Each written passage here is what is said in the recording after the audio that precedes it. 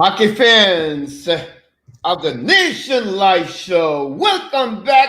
I'm back in the house for another great show of Hockey Nation Live Show with Coach Frenchy. And of course, we have to go right now to the West Coast to see and meet the co-host, Michael Develino.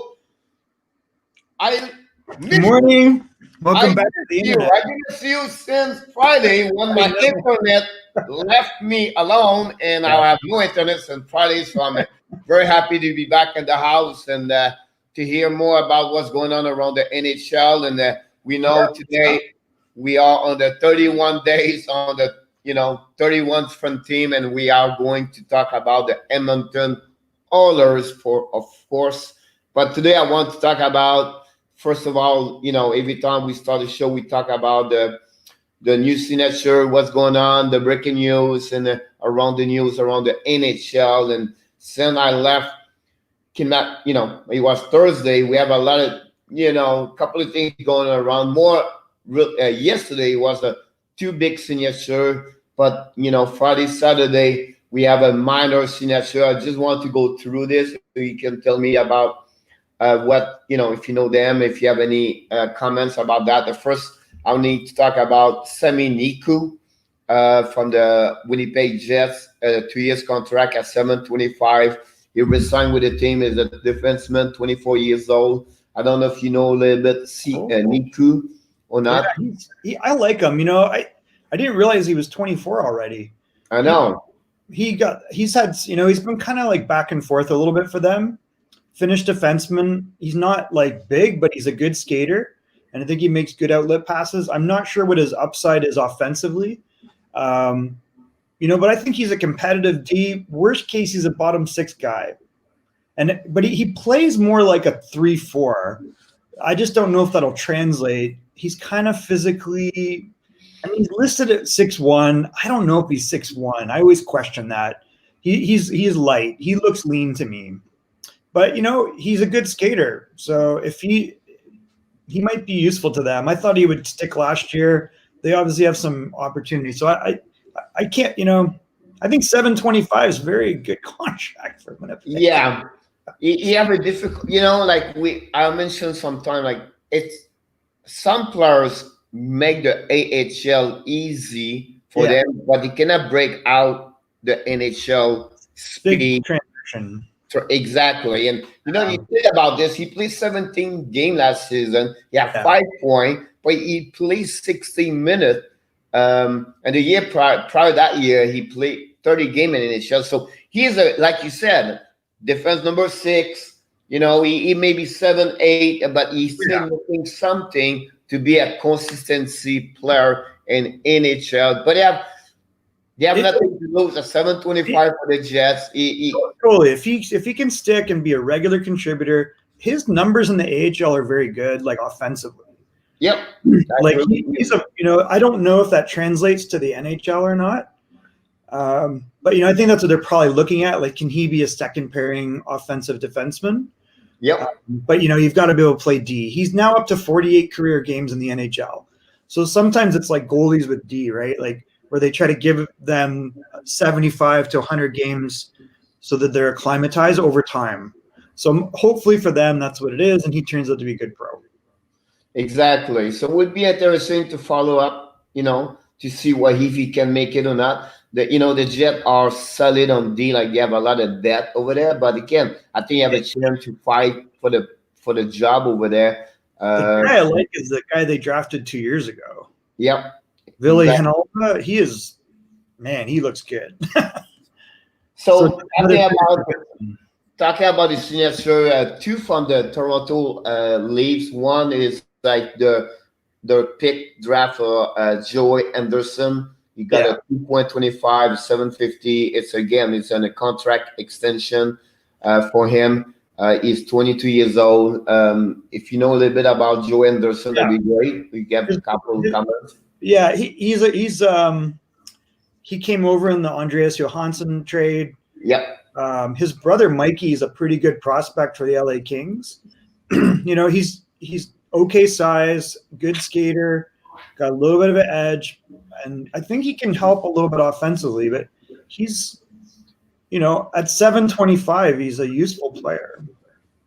Again, it's another one I would say to you. Same thing like which is the one we just talked about. He's 22 years old. He's a third round pick, 73 overall. He played 2 years for the Devils, but again, 34 game, 18 game, 13 point, and 52 games. He play about 12, 13 minutes per game. It's the one he could make it. Honestly, Toronto just they got a weird cap situation. Like, I don't know. They don't seem to care. Yeah. About money. So I don't know. Like, I assume he's going to be up and down like a yo-yo. Yeah. But again, that signature, I'll be honest with you, it's a cover the 21 players, 20 players roster. Like, they have to get the minimum for the roster. I think that's the one they just get for $750, like Joe Thornton. You know what I mean? We can go all the way like that part of it. But the surprise for me was not Joe Anderson, but it was the Michael Hutchinson, $1.45 million 2 years, 725. The goaltender. It's interesting because the guy was the worst boo in the NHL last season. It was him in Toronto. He returned in Toronto. I don't know. I'll be honest with you. I think that everyone's trying to get goalie insurance, and that's good goalie insurance. I mean, as much as we criticize the guy, he stepped in Colorado in a really tough situation. He did fine, and he's got a lot of NHL games under his belt. He's never risen to be, the guy that they thought in Winnipeg. I remember him from Barrie Colts, and he was a good goalie then, but it just never fully translated. But he's a competent goalie, so I think as their third goalie, he's a pretty good option. And then the other guy, I was going to say, like Joey Anderson, if you look at him, I forgot he had 4 goals in 18 games. Yeah. So, I wasn't sure his offense would translate to the NHL, but maybe he's a good offensive third line guy. You never know. Exactly. So we'll see what Hutchinson. I thought at some point maybe for the wailing list for the Saddle, but anyway, it's not changed anything. Anderson is already a UFA next season, so Hutchinson contract don't make any. Some teams sign a third goalie to open up the door to put someone on the list. So we'll see what happens with them. Quick 3 minor signature: Guillaume Brisebois from the Vancouver Canucks. Is a defenseman, 23 years old. We don't have disclosure about the money situation for him. Colorado Avalanche for the free agency got Kyle Burroughs. No disclosure. Again, disclosure, no clue. Brisebois was $700K, and so was Burroughs. Okay, so they got that one over there. That 2 player again. We talk about up and down players. The 2 I was really curious about was Honka and then Fogle. Yeah, so the third one, is Julius Honka, defenseman, 24 years old. He brings depth for their already 6 player with Sekera over there. And is it Fenton? Fontaine? What's the last name? Is the defenseman over there? Fontaine, right? For the Dallas Star, he was hurt at the end of the year for the Dallas Star. But I think, I'm blanking. Honka bring that for the Dallas Star. He played 29 games last season, 42 prior, 3 years ago, 16 games. It's a good 6-7 defense. Taylor Fedun, yeah. Yeah, exactly. So for me, like Honka was at 18, they had him in the AHL. So there's already been 6 years past. He had asked to be traded because he wasn't getting opportunity there, and they felt he wasn't really stepping up into the role. It's probably a combination of both. I feel like he was very similar to Jesse Puljujarvi. He's a confident kid. He's a good skater. He can make good outlet passes. You see there's a lot of issues around the NHL with Finnish kids, though. Like, they have a little bit of an attitude, but they also have edge when they play. So it's kind of weird. Like, you keep seeing these problems, right? Like, you see Laine, you see Puljujarvi, you see the guy that was traded from Chicago to Buffalo, Jokiharju. Like, you just keep hearing these weird things. I don't know what it is. It's strange. But they're very good players. I think he's capable of being not like a top 6. He might be capable of being a number 4. It's impressive. Like he was a first round pick in 2014 and 14 overall. Yeah, he's high pick. And he played a lot in the AHL, and they had him in the AHL at 18. It's just remind me. It's so hard to play in NHL. It's just not easy. Whatever you pick first, second round, third round, 7th round, it's very hard. It's not easy for everybody. I believe this kid is going to be maybe 1-2 more years, and then he's a good player. Come back on the SHL or a league more in Europe. I think maybe KHL, but I don't see. He's very capable. Like he played under Ken Hitchcock, and I felt he was mishandled. I think Ken Hitchcock runs a very tight ship. You look at the guys that were ahead of him were like Klingberg was new and putting up big points. Lindell, they were a little bit older at that point. He was like young, right? And then he had Dan Hamhuis, and that was kind of when you saw Greg Pateryn, and he didn't exactly have great offensive numbers. So that was their top 4. My point to you is because the depth of Dallas defensemen, right? It's so good or so depth, it would be hard for him to go through other defensemen to go all the way to be a top 4 over there. I don't know. To me, he's played a lot of NHL games. What has he played? Like 80 or 100 games? Oh no, only No. I think he has. He played 87 NHL games.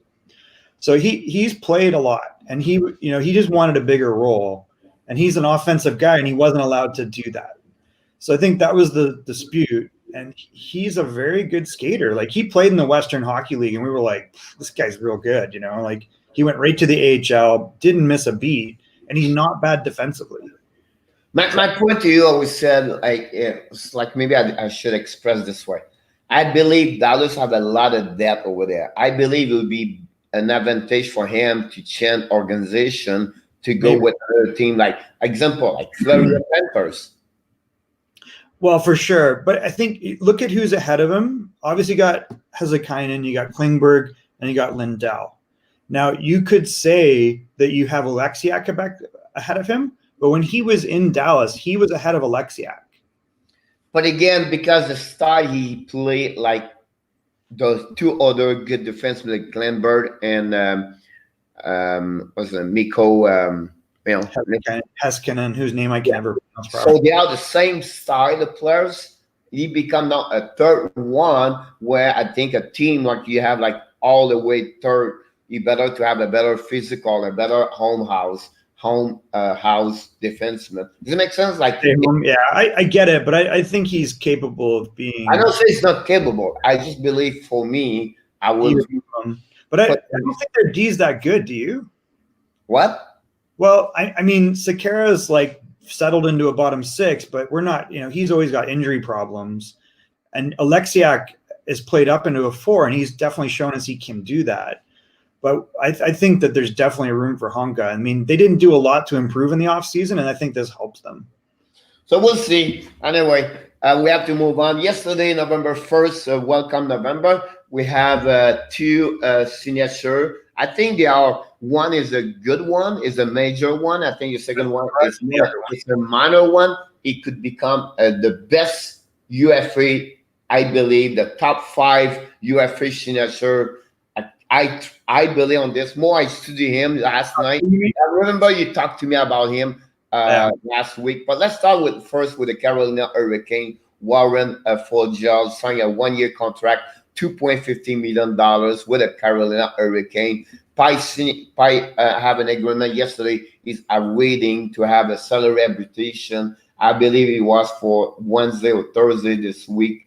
I think he has a specific role with the team over there. I think he understands his role. He's a big guy, 6'2", he's 200 pounds. He's 67 overall pick. You know what I mean? I think he had his best season last season. Honestly, 68 game, he had 30 points, 13 goals. He played 13, 14 minutes per game. So he's a bottom six, but I think he do well for the team. Very good on PK. He's a specialist team on PK. He had 3 goals last season on PK. He understands. I think he's a good signature for Carolina. But I also think that what he's shown is he's highly skilled. He can score goals, and it's not just like, it's not mucky muck goals. In open ice, this guy is very shifty and he's got moves. So despite being big, every time I watch him, I'm like, wow, he's dangerous offensively. And I think unless Niederreiter gets his act together, he could pass Niederreiter on that team. He's totally capable of flexing up to a number 2 line. And the other guy on that team that's like that to me is Morgan Geekie. So I think those 2 guys are on the come up, and Niederreiter, we'll see what happens with him. He's like a yo-yo. So I don't see him to go through this. I'll be honest with you. I don't see him to go like top 6. Not saying he cannot good, he cannot make it. I don't see is. I think the one he have to fight or to beat is really Niederreiter. Yeah, which has been a pain in the ass. So the inconsistency of the Niederreiter is maybe his biggest enemies. I think he was a good, I think he was, he played well for Minnesota. You talk about him with Fragile. Both of them have 30 points last season. Right. And you know what I mean? He outscored Niederreiter, and Niederreiter was like up and down the lineup. Like he was on the 4th line at some point. I don't think Brind'Amour is real thrilled with him. He's shown he's not a young guy anymore either.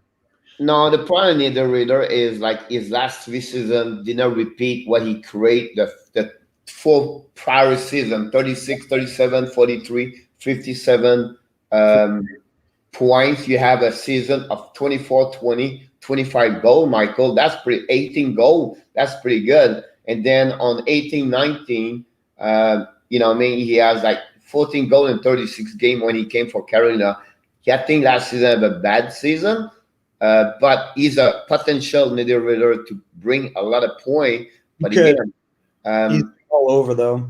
Yeah, I kind of say like you got a guy that's like 3 or 4 years younger in Fogle and probably on the thing about that one over there. I think they are strong on that side. You can, if you have Niederreiter or Forgel on the 3rd line, because you have a good top 6 over there. Yep. That's a good thing. But now I want to talk about that one because honestly, you like the other one. I did not know him more until I studied him yesterday. And I think you talked to me, but I said, I did not pay too much attention when you told me about him, but I really believe he have an upside down over there. And I think one of maybe the best team he can go, I think it would be Edmonton, Colorado. I think he can change. He can become that kind of player it is. And we talk about Dominic Caron. He signed a contract yesterday with the Edmonton Oilers at $795,000. I really like what I saw from him. I just don't know. Maybe tell me why any team believe on him. Like I know Chicago trade him because they want Mata like a defenseman. That's a 1-1. That's understanding. But why you got a veteran top 4 out of it? So why I don't understand why Pittsburgh gave up on him and the Buffalo gave on him. I don't get it. I'm perplexed by it because he's had 2 productive seasons and on great teams. So I don't know the inside story. He's not like a big guy, but he's a good skater. He can score goals. Like the guy as a rookie had 37 points with Chicago, and they packaged him up and got Olli Mata, who's or is that what they got out of it? They got you got a 1st-round pick, I believe, with this part. Yeah. So then they got like a 5th-round pick with him for Olli Mata, and then they traded him to Buffalo for Connor Sheary and Evan Rodriguez, which is like, Evan's okay. And then I think Shearer is a UFA and Rodriguez with Toronto now as a UFA now. It was really strange to me that Buffalo walked away from him. So there's something missing in this equation that we don't understand. Because you're right. You nail it, Michael. You nail it. I mean, I watch him, and he's a dangerous player around the net. He had 31 points in 56 games last season. It's like a 0.54 point per game. Yeah. And I don't understand. There's something missing. It's a little bit like Kelchinock. Like I tried to find, he's still like Kelchinock score more, I understand, but I don't see what. Yeah. So if you look, when he played in Pittsburgh, he played with Bukestad and Hornqvist. And I don't think he's a beautiful skater, but he's kind of like Hornqvist. Like he'll go to scoring areas, he can shoot the puck, and he'll do gritty little things to get open. But he's not like a grinder per se, right? Like he goes to the net. He's like, I don't know. I like the guy. But why Buffalo don't see? You know what I mean? Like why they don't give him a qualifier? He did not receive a qualifier further. I think Buffalo's because I don't know. Like you said, I believe now we don't know, but you have something behind that. Yeah. I think it's a great move from Ken Oler. Yeah, it could be. I'm telling you now, he could get there with 40 points. You never know. He might. I don't see why he can't get 40 points. If he gets 15 goals and 25 assists, you're excited. My God, he's going 20 goals per year with 15 assists, 35 points. Yeah. This kid, I'm 700, please. Yeah. I don't, maybe I'm wrong here, but maybe he has potential to be on the first line with second line over there as a winger. A couple of shit, whatever it is with McDavid. Yeah, we'll talk about, actually, I tried to add him in. So when we review Edmonton, I think it's... Yeah, you're right. The next couple of minutes, you're going to mention more about that part over there. I appreciate you bring me back on the map here. But I want to give you a couple of... signing. It's low risk, and he's got high point production. Yep. I want to talk a little bit about a couple of things, what's going on around the league. When we left each other, we shake our head and about the OHL body contact decided by Lisa McLeod to cancel all the body check and keep it for sure? Right now it's still on. I have nothing confirmed right now. It's a joke. So I don't know what's going on around the league about that one over there. That we had the first time the Prime Minister spoke about this yesterday, or maybe early this morning, about the fact like they're listening the specialists or the expert and everything like that. And I'll be honest with you, completely wrong about this part of it. They just showed with the NHL playoffs. What am I missing? Like not one COVID case. There's testing consistently. Yeah, they're in a bubble. Well, the players can be in their own bubble. No, the only thing that was said, I think they will targeting more what happening with a QM, Hockey Junior League, where a lot of teams can cancel everything like that. But at the end of the day, I'll be honest with you. I don't see what's fun between you hit someone in the corner or beat nothing. 40 people inside the same bus. This is an oversight of this movement of, making, like, I hate to say it, but it's like the mommy nation. Give me a break. They're scared of everything. This is a sport that's rough and tough, has a history of, physicality, and they're looking for any excuse. There's some bureaucrat trying to look for any excuse to try and water it down. So these are the best players in the world. They're physically capable of doing this, and this disease is not what they say it is. And now they're using it to try and change the game, because what's next? Oh, we're going to take body checking out of the OHL. Let's legislate it. Give me a break. They need to go play it. Now, the bigger problem is fans, because all of the OHL, WHL, Q have a problem, because if they don't have fans in the stands, they're losing money. Now, if they're going to give them cash, it's a double-edged sword, because then they're going to be able to say, "Oh, well, we're giving you $1 million, so you got to do what we tell you." Like they're going to give every team $500,000 to $1 million, which would cover most teams' losses, even But, some teams will lose more than that. Like, if you don't have fans in Saginaw, you're going to lose $3 million a year. They ain't going to play. And they probably can't even come over the border. They probably got to be situated, which would probably work. They would have to be situated somewhere in Canada. And there's lots of arenas that could accommodate that. Now, the WHL, I don't know, like I can't see the US teams getting cash. And I don't think a lot of owners want to play because it's like they're writing checks. You go from making $1 million on the top team. Like you look at a team like our team and there's like 6,500 fans a game and you go to zero, you're losing a lot of money. Like you're not just breaking even, you're losing money. Yep, I understand with that part over there. Two other news I want to talk about. This is like it's not about only like a specific player or like hockey, but it's related to hockey. I want to talk a little bit about the situation with Mitchell Miller. Now he got removed from the Arizona Coyotes. He got removed from the NC team. Is it North Dakota? Yeah, North Dakota. Yeah. Everybody knew this incident happened. What am I missing? Not new. This is when the kid was 14. Are we? No, Tommy said he a little bit longer after that. He repeat back to back like he was one specific player person, and then he did again the second time. He returned that. When was he 14? Is that when this happened? I think at two different age at some point. Honestly, I did not read all the way or make everything like I'm specific knows everything about that, but I know at some point he recidive.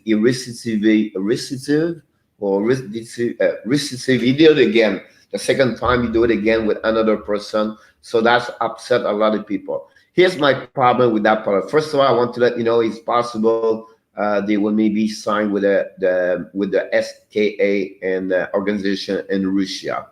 That's possible. They go there, but my problem is this part over there is we are a society where we give, forgive, or we helping.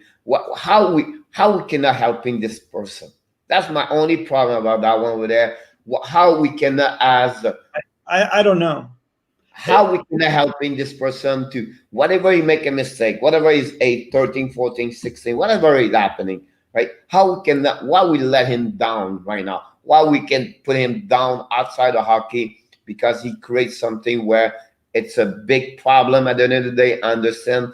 But like anything else, if we want to support an organization, want to prove, to be equal, whatever they are, but people, they make a mistake versus that. How we cannot helping them? How we cannot give him a chance to helping this kid and because he's still, he have a 40, 60 years in life in front of him, and that's my only problem. I saw that one over there. I don't know the answer because this guy was part of the USA development program too, wasn't he?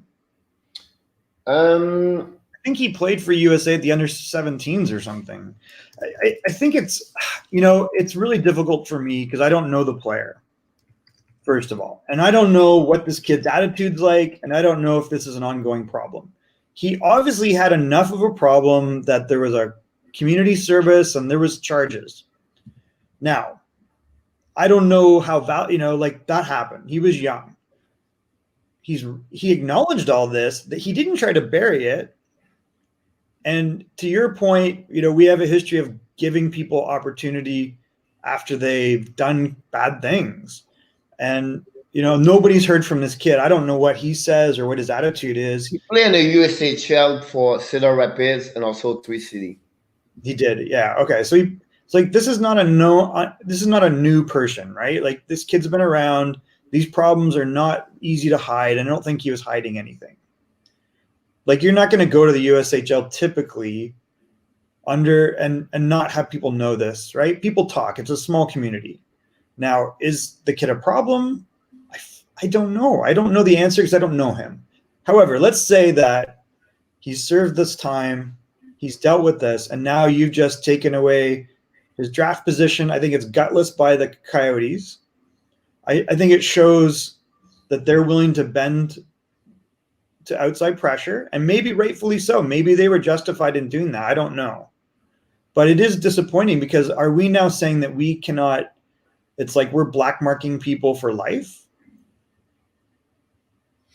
But one thing I want to be sure people understand here is It's frustrating. I'm not like agree or what he did is completely wrong. Right? It's not acceptable. I understand that part over there. My only concern he's still a young man and not 18, 19 years old. How we can helping him? That's my point here. As a coach, I think the same way. Like now, you know what it's like. Sometimes you just have bad kids, and you just like, I don't know what I can do with this. It's just an out of control situation, and I don't know that this is or is not that. He acknowledged the problem. He wrote a letter to all the teams. They claim, oh, he didn't repent enough. Okay. But again, to your point, are we now saying that this guy has got the scarlet letter? That we can't, and maybe he deserves it. I don't know. All I know is he served the time and he acknowledged the problem. But again, what my other thing I always said to you, Michael, is the Arizona Coyotes knew about the incident. Yeah. So they signed him. They drafted him. The North Dakota, right? Buyers, Brad Barrie, right? Aware of the incident before bringing Miller to the campus. Of course. So are you saying that they gave this kid a scholarship? They didn't sit down and talk to him about it? Of course they did. Yeah.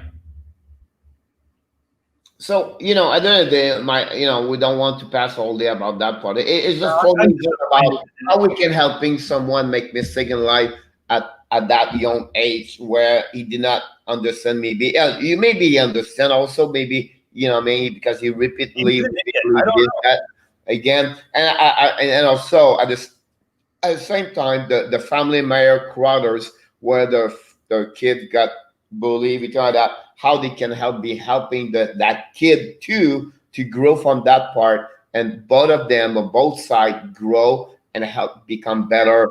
That they've gone through court cases and now they've created this big storm. So they have no interest. They don't care about that. I mean, they just want blood, which maybe it's justified. I don't know, but let's say all things being equal, the guy's apologized. He's done his time, and he's a kid still. Yeah.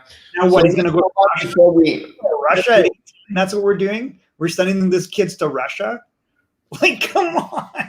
Yeah, it is what it is. That's but look like Pete Peters. Now he's in Russia too. By the way.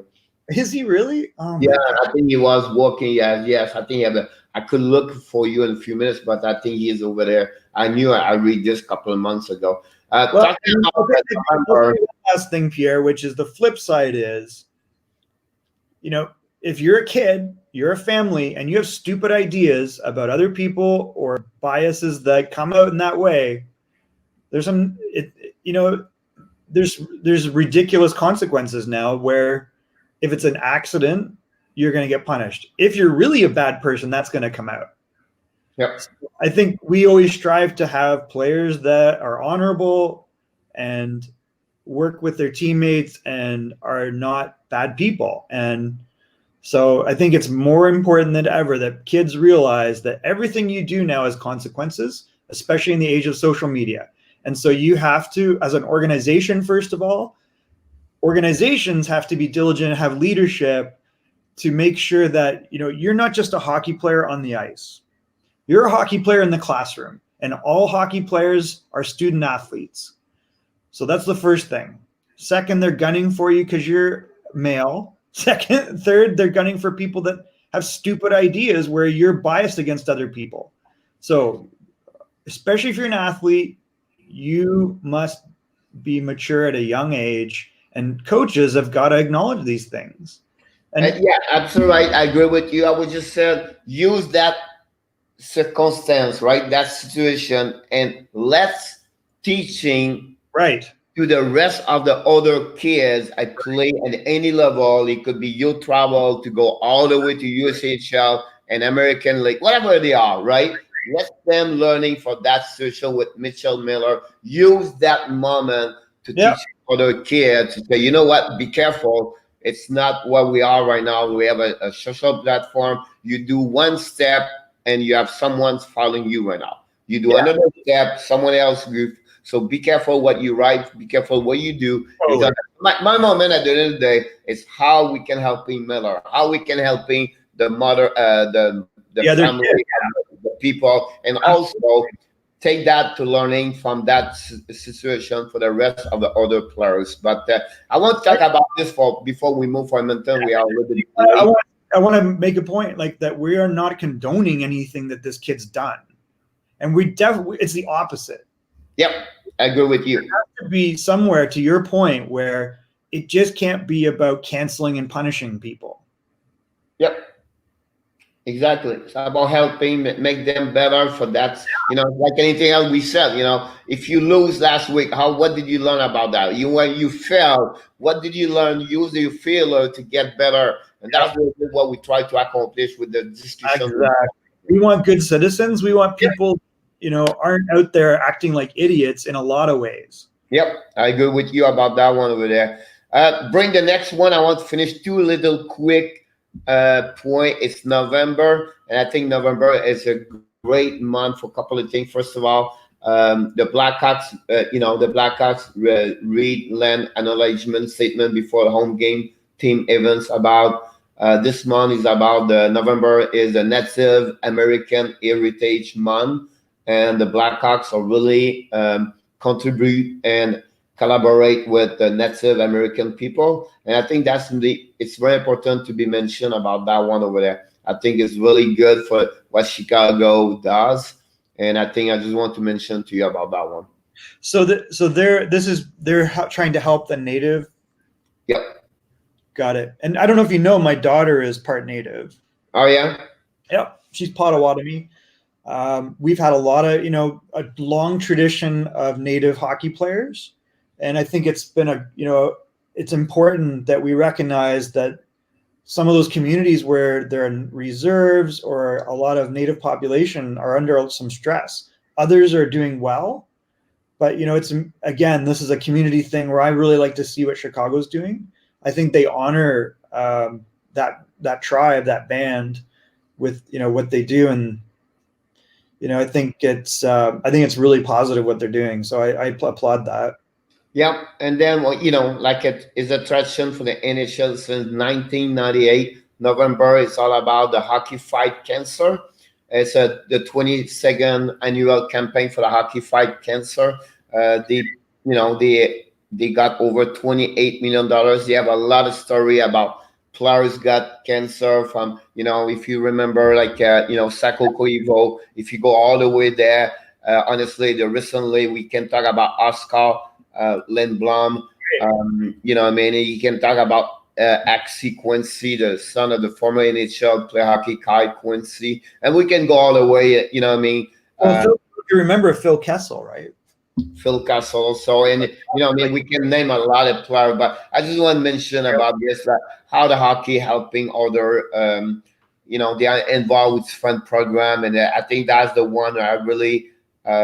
I'm really good. I really, I enjoy and I like what you do for Hockey Fight Cancer. I think it's good for everybody. And they pick up over $28 million since that. And I think that just want to mention this about this. It's like, I think it's very important. We have a lot of players on the youth travel to go all the way up, play with, Pink Stick and Blake, tape and everything, and they try to help in left and right. So I just want to mention this during November. He's going to have you can send money, everything like that. So it's pretty good. And another one I just mentioned, they just talk about this right now.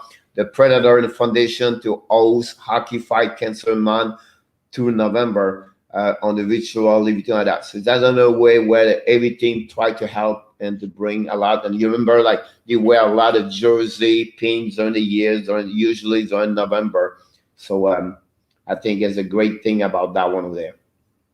Yeah, it's excellent. I mean, again, I think hockey players overall show over and over that they're very community oriented. There's a real effort from older players to younger players and coaches, to help kids, help families. And I think it's really tough to be part of a team and you don't have that mindset, because hockey's unique, right? Because It's not about one or two guys. And I think when you see guys that are all about them, it doesn't work in hockey. But the good news is that translates to community, and I love seeing this stuff.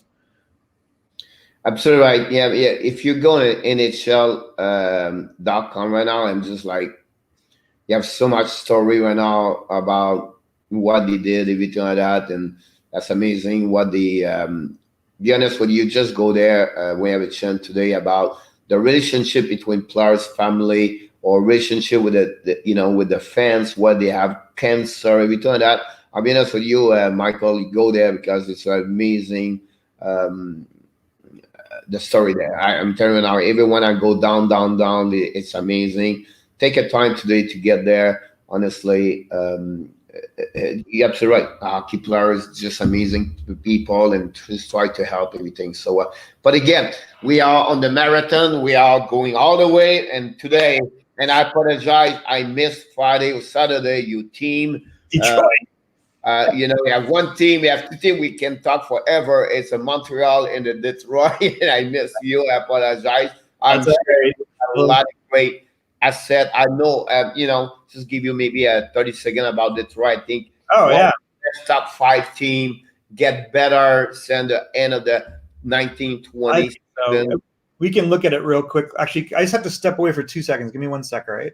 Sure, no problem. And I was mentioned to Michael earlier, like Detroit with Steve Eisenman manager did a lot of great movement the last couple of weeks with a lot of contract. All his contract are 2 years and less. They never seen anyone as a UFA or RFA over more 2 years. The recently is really Tyler Bertuzzi signed a 1-year contract. When he got a word from, I believe it's a 3.5 or something, 3.1, I think, or 4.1. I understand, not remember his contract, but he signed a contract with that part over there. Which contract was it? Tyler Bertuzzi.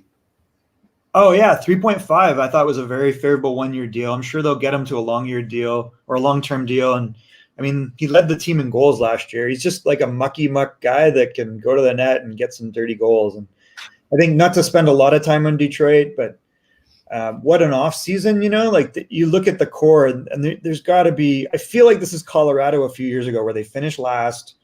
They accumulated some assets. They moved out some contracts that were not helpful.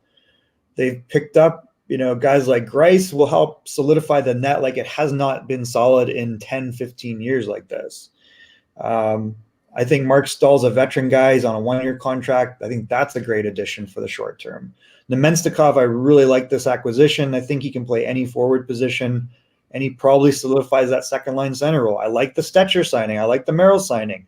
Bobby Ryan's a low-risk guy that maybe can contribute offensively in a second or a third line or the power play. Gagne, I don't know. Like, those are all, good enough, but they're, hopefully what they're not doing is burying the young guys, because what they have coming up is interesting. Like, Seider looks like a top 2 defenseman out of the gate. Like, he's big and he's got an active stick and he can skate and he's a good passer and he can contribute offensively. Raymond looks like I don't know if you've watched what he's been doing in the SHL, but he's like scoring now, right? They're giving him a little bit more ice time, and the guy's like an offensive, productive player at the pro league. Rasmussen looks really good. Veleno's looking pretty good. McIsaac looks good. Svechnikov, I wish they would just give him a spot and let the guy play it out, because I think he's very capable. I love Giovanni Smith. Cholowski, I'm not sold on. Lindstrom, to me, looks like a number 5-6, and he can play now. Hirose will be a bubble guy, and we'll see if he can stick. And Timashov, I don't know if they've re-signed him. But then you look at the young guys, like aside from Raymond and Seider, you got Wallander, Niederbach, Johansson, Bergeron is scoring in the SHL. And then they got this Matthias Brome guy they signed. The only question might be in goal, but they got lots of guys that could step up. I think Bradstrom's probably the closest, but they don't need him. They got Greiss and they got Bernier. Like, they're in good shape. So not to spend too much time, but Detroit is really interesting. And I love Zadina. I think if Zadina stays healthy, they got a star there. I'll be honest with you. They're on the transition, right? That's the key about that one. So the low expectation, I wish, hopefully, they will finish the last 3 teams again this year. I think the organization long term is better. On the list mentioned to you, I think one players I hopefully I really like Ramussen. Michael Rasmussen, yeah, he's really good. I really believe the rest. I'm not too much. By the way, did you know you almost lost the Zeller, the defenseman, Maurice Zeller? Cider? Yeah. What do you mean? He's almost died. When? Last weekend he got a stick. He fouled, and the skate of the opponent player came to his about like 1 centimeter or close to his neck. Oh wow. Yeah. Oh yeah. They talk about this like he was like really dangerous play. He could be done. It was no injury, right? He didn't get any. Oh wow. But if you see the video of that one, it's a really scary moment. I'll be honest with you. Oh yeah, I'm looking at this. It's weird. I didn't see it pop up. Yeah. So it's really amazing about that. He had the neck protector spared him. Yeah, exactly what happened about that one over there. Wow. So but I think is the one. I think Lucas Raymond is doing well right now. The SHL over there. So the future is there. You still have a lot of miss. Right? They miss a lot of piece over there to fill up. But I think Eiserman he knows he's on transition. He knows he take time. I think Eiserman, he see himself like 5, 6, 7 years ago with the Tampa. When they rebuild the team from the bottom to the top. And I think that would be interesting to see what's happening over there. So like I said, I hope, and personally, I know you're a fan of Detroit, but I think for the organization, they can finish third over there. And I think they'll get another chance, another person to pick up great talent. I think the guys that, there's a lot of good defensemen in this coming draft. So that look at the top 6 right there. I just want to be sure, look at the top 6. The only player right now, he could be out of this at some point, is not the right share, is Nemestikov. That's the only one. Maybe. The rest, all the 6 over there, it's amazing over there. To have Bobby Ryan right now at that moment to be at the 3rd line, that's perfectly good over there. That's no problem. Now, hopefully Rasmussen can join that lineup over there.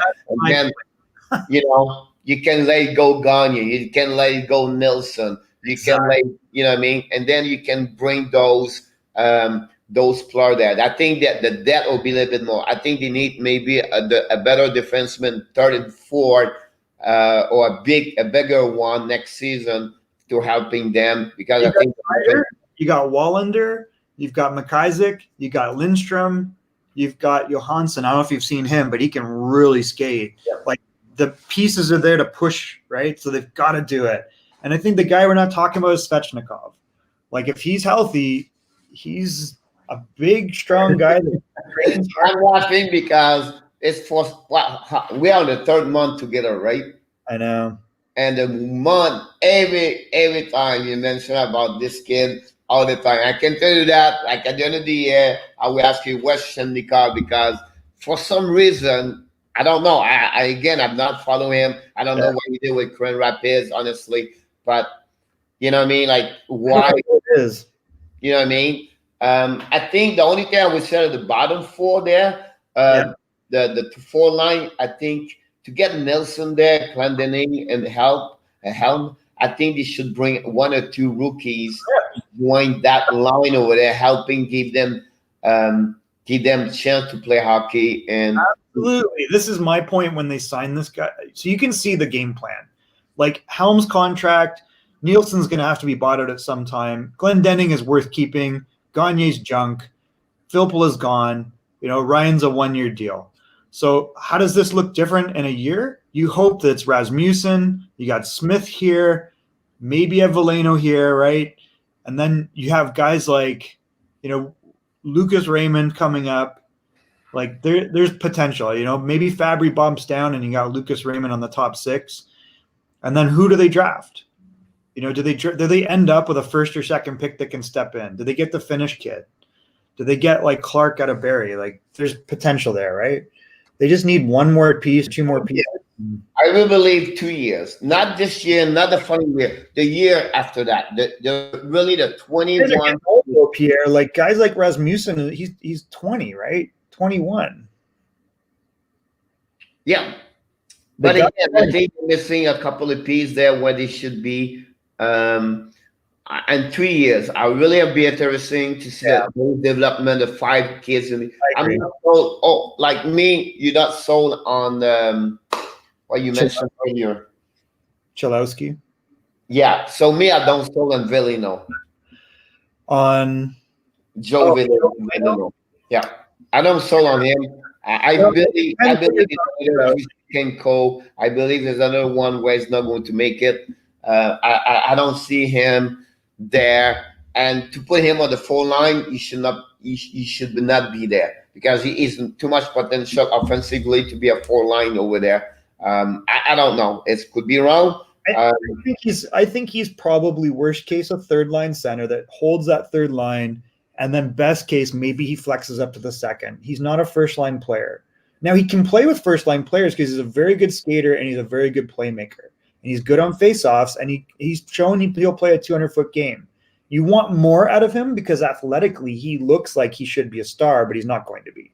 I don't think he has the hockey sense or the quickness. He doesn't have that quickness on the puck, but he's shown he can shoot the puck. But I think the best thing for him is he's like a 2nd, 3rd line center. He distributes the puck to guys that can score like Zadina. He's played very well with Zadina. He's played very well with Rasmussen. And you see on Team Canada, he played very well with Lafreniere.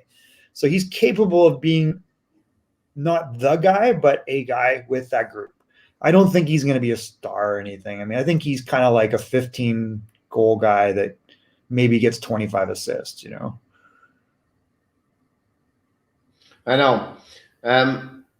Is it me? I see somewhere, I don't know, maybe it's maybe Guangguo, like the kids are like he does not play. We have a problem surgery. He was injured all year.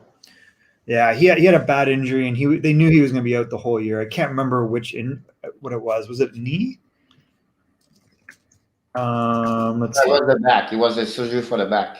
Oh, the back surgery. So that's risky to me. They think he's made a full recovery, but I mean, I think he's short term, right? Like, I think again, you see guys like how long is Merrill there? How long is DeKaiser there? How long is Stahl there? Nemeth is a free agent too.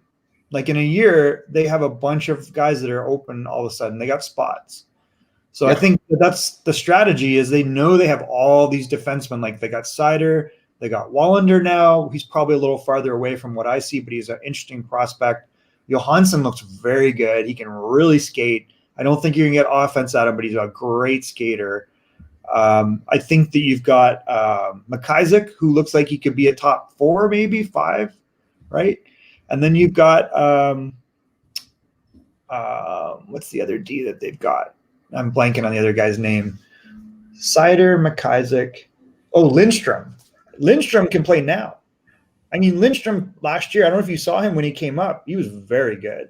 He has no business. He's done with the AHL as far as I'm concerned. Yeah, he plays 16 game over there. He's a good player. Like if you watch him, you're like, oh my God, he's better than most of the guys on this team. Because he's big and he can skate and he's got a really good active stick. You're not going to get any offense out of him. He's like a 5'6", but he's a very good 5'6". Yeah, I agree with you about that one over there. They still have a lot of project over there to work. Projects, man. They need time. They need 2 years, like you said. What happened with Christopher Hand? They let him go. He was terrible. He played one of the 14 game in the NHL. He's just got no bite to him. Like the guy, I mean, I know he's playing 3rd, 4th line, and he just can't finish it off. Like he's a good skater and good tall body, but. So we didn't mean to do Detroit today, but we did it. Yeah, I know. I was like, I was going to. You put me right there. I'm not watching all the players right now. I'm watching. We'll do Edmonton tomorrow. I'll adjust it. Yeah, we'll just go back to follow up with Edmonton tomorrow. It's not a big deal. It's not the end of the world. I think it's good to talk about Detroit. I think it's it's good to follow them, and you're part of this, and so it's good to talk about them. So great stuff today. Again, we have we bring a couple of news going on in NHL.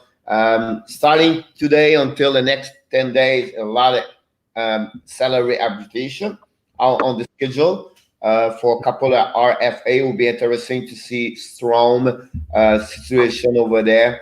A couple of players are there to see their situation if the player is going to sign before. So I expect a couple of players to be signed the next couple of days because of the situation of the RFA. Yeah. We still don't know what's going on with Hoffman, Granlund, Vatanen, and of course Armonic. It'll be interesting to follow up with them also this week. But again, some of them are going to be pushed back until the situation knows what is all about. I think starting soon, we need to check in, maybe do it every Monday, the power ranking, the 31. By the way, I got this for helping you. I got the little magnet team. So we're going to have those situations right there. We can put on the board right there, and I think it'll be good to talk about this when we're going to be ready for that part. So we're missing hockey, honestly, and I just want to finish this program about, we know the situation all around the world coming now, more shutdown about COVID and everything. We just want to be sure everybody be safe, be smart. We know this week is the election in USA. I'm not a politics guy. I don't want to give you more information. I just want to be sure one thing here. Be smart, respect, what direction we're going to be. You know what I mean? It's not matter. I think we have to be respectful and go through that COVID and bring hockey back, bring any sport entertaining. That's what we're missing the most. And be safe and be back here. And then we just want to say, don't forget to subscribe to your YouTube channel and our Facebook page under Hockey Nation Live Show. We're going to continue about this every Monday to Friday, at least 11 o'clock when we can. And then weekend, we try to be here, but it's not always perfectly the best for everybody. So thanks again, Michael. Great show again today. Thank you guys have a great week. So we'll be back tomorrow again at 11 a.m. Eastern Time for the Hockey Nation Live Show. Have a great Monday, everybody.